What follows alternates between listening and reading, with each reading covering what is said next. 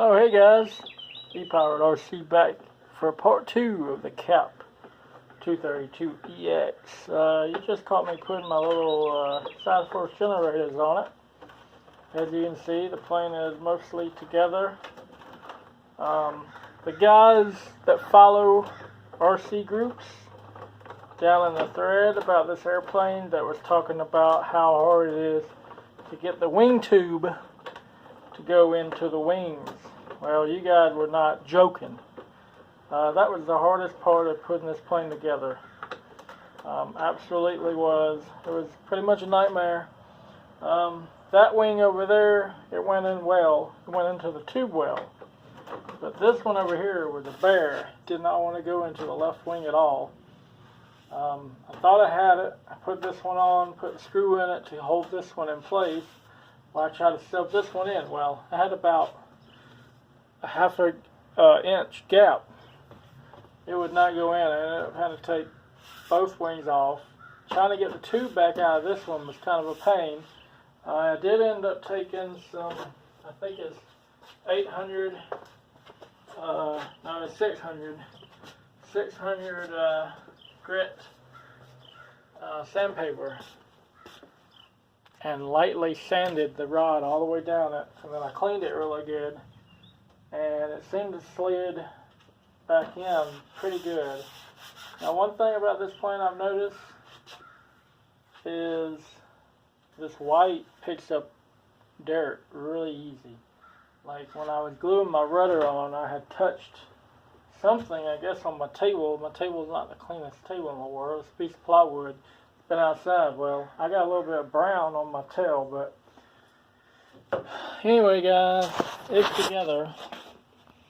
I've got to go get my radio, and I've got to get my receiver in there. I'm using an 8010 T.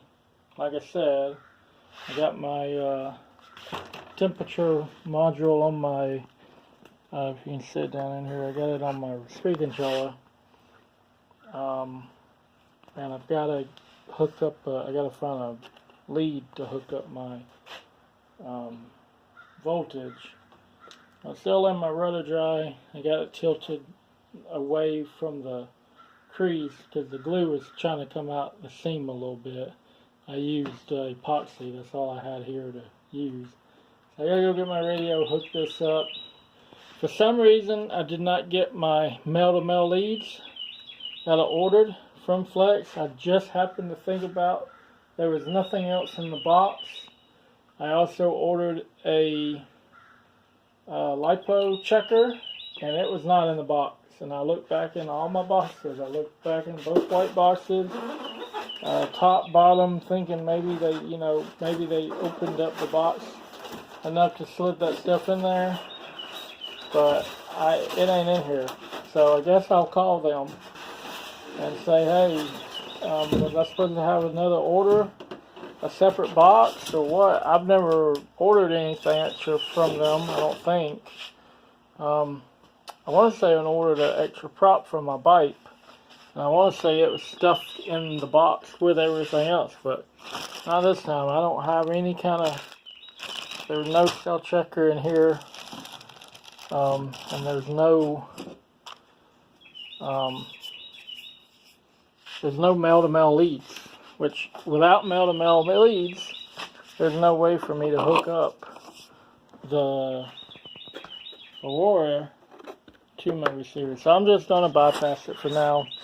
It'll give me a chance to fly the plane without any help to see what I think of it. I would rather fly it that way to see how it flies without a gyro than to fly it with the gyro and then try to fly it without and be like, oh man, this plane stinks without the gyro. I really think it will fly fine without it. If it does, I might rip it out, sell it, put it in something else. I don't know. I kind of like the Aurora 8, but then I kind of didn't. For programming wise, I didn't like it, having to use the computer, so I don't know. If anybody happens to notice this speed controller, I just have a 3-cell speed controller hooked up right now to test my radio equipment. Rather than having to power up the whole plane with the motor and all, I just like to do my setup like that.